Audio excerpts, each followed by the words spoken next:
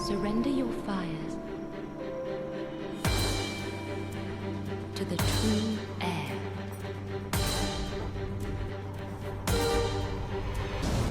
Hey, what's up everybody, Games for Days here, back again with another video, and today we're going to do a breakdown of the Elden Ring leaked trailers from yesterday. So we're going to be watching all 4 videos, pausing it at certain points, talking about important things or things I think are going to be important.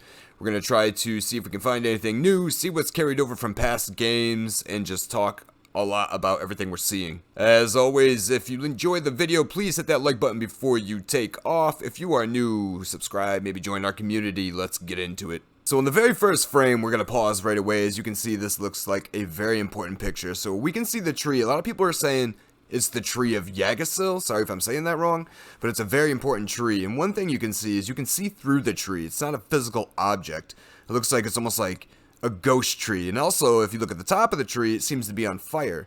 So maybe this has something to do, it's connected to the Elden Ring, and that's why he says look up at the sky, it burns. The tree is effectively lighting the sky on fire, possibly because of the destruction of the Elden Ring. And if we look next to the tree, looks like we have some sort of castle and or stronghold, but that tree is going to be important. I have a good feeling that tree is going to be very important. What do you guys think? We're going to pause it again, not too far away, but check it out. This looks like it could be our hub area for our world, because as you know, Elden Ring is going to be like Dark Souls, Bloodborne now, so we're going to have stats, we can level up our character, we're going to have, 8 to 10 different stats. We're going to have to go somewhere to do this unless they give us something like akin to bonfires, but if not, that's looking like it could be a hub world, and or this could be a castle with a ruler we have to go take down, a la a boss. At first, I thought this was a griffin, but when it lands, you see its face, it looks more like a dragon. But I also paused this scene because if you look below it, you can see a whole bunch of pigs down there in the water. I don't know if this is confirmation that Elden Ring will have wildlife throughout the game, or we'll just have a couple farm animals like in Dark Souls 2, how we had just the pigs like down at the hub area. So maybe that's going to be almost like an Easter egg referencing Dark Souls 2 and Elden Ring with just the pigs in the water there. Who knows? We'll have to see. This we have to talk about. Now look how these things are pulling the cart. They have spears shoved through their backs, through their stomachs, and that's how they're effectively attached. They have free arms, it looks like to me, so maybe we are going to have to fight them out in the open. And they're going to be able to attack us, because again, their arms are free. They're not pulling anything with their hands, man. So I wonder what's controlling these things as well, if the person inside may be a boss, or someone powerful who's able to, keep these things under their control and have them transport wherever they go. But these things are really interesting looking.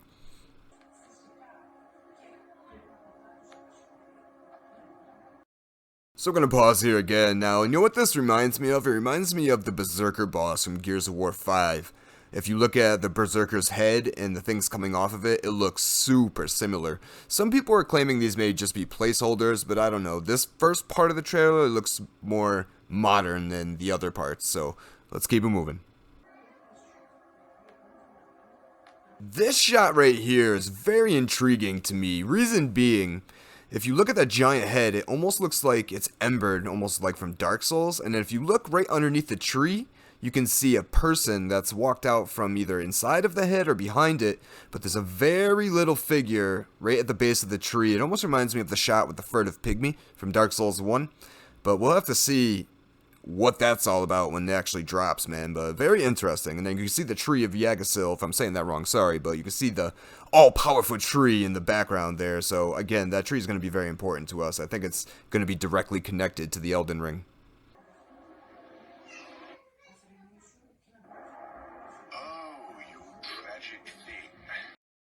We're going to pause it right here. As you can see, that is a magnificent curved sword in the character's hand there. Also, we have a shield very akin to Dark Souls 3 looking at stuff here.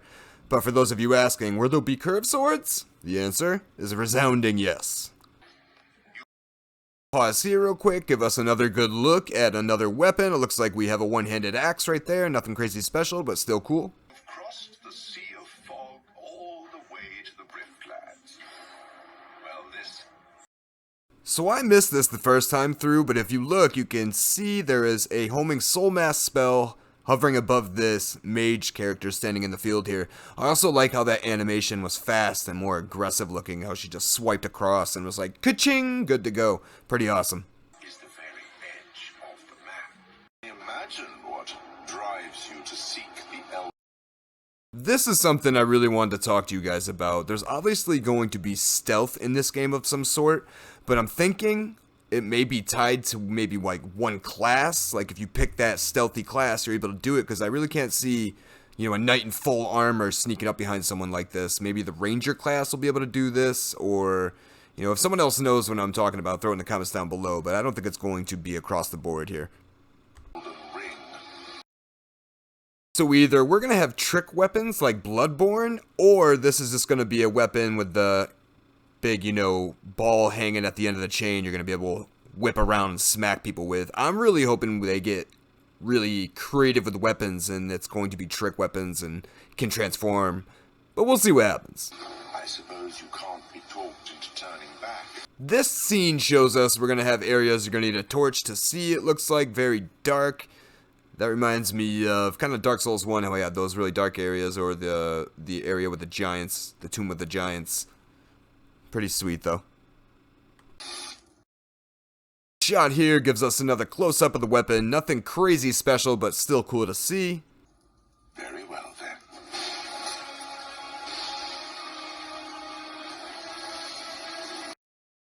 This looks so freaking sick, everybody. Now, I'm wondering if these dragons are just going to be out in the wild, kind of like Skyrim, and they can just encounter you anytime they want to, or if they're going to be scripted events, you know, kind of like mini-bosses or bosses, and we're going to have to find them wherever they are. I really hope they're just flying around, dude, and they come down to start attack us, you know, as we're, like, exploring and whatnot. That would be great. But this looks freaking dope as hell.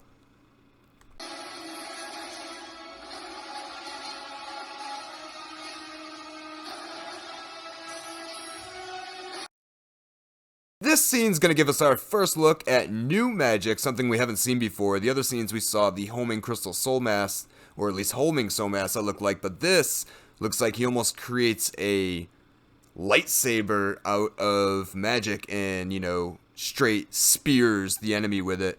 The animation's cool. It looked a little slow, but hopefully, you know, we can change that with stats, but still pretty awesome looking to me. Let's pause it here, because as you can see, we have a horse in the shot right here. Now, a lot of people are saying bad things about the horse animations and how it looks. Keep in mind, this trailer was made a year ago and is also filmed with a potato, so don't get too riled up yet. As we can see, they show us the tree again in this trailer in the background there, but again, as you can see, it looks like it's on fire, and it's spreading to the sky. Let's see if I'm right about this when the game comes out. And as you can see, the horse here doesn't really look like a horse, but again, is very blurry, guys. I'm sure it's going to be amazing when it actually comes out. The horses in Sekiro were absolutely fine, at least that one boss that you saw that was riding one. They did a decent job, in my opinion, so I'm not worried about the horses. I don't think you should be either. I want to pause it here because this reminds me of Ithral of the Boreal Valley. Sorry if I messed that up, but that Pontiff's Sullivan's area, the area before you fight him in Dark Souls 3, it looks so crazy similar, man. I wonder if that's what they were kind of going for, but hey, it still looks cool as hell.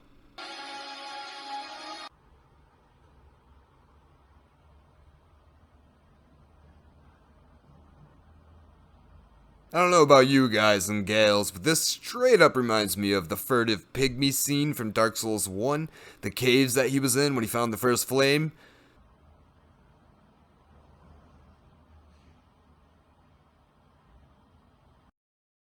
This is crazy to me. Look how high this guy's jumping in the air now. This jump here reminds me of the jump they gave us in Sekiro.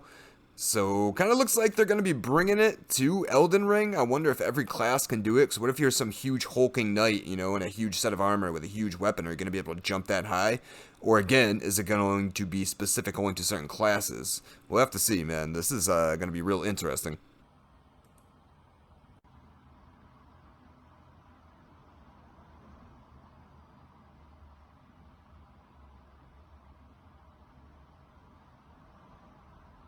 Alright, we're gonna pause it here because I want you guys to look at something. So this is obviously a boss. As you can see behind the boss, we are clearly in some sort of a room. The ground is behind them. It looks all good and normal. And watch when we get to the next part.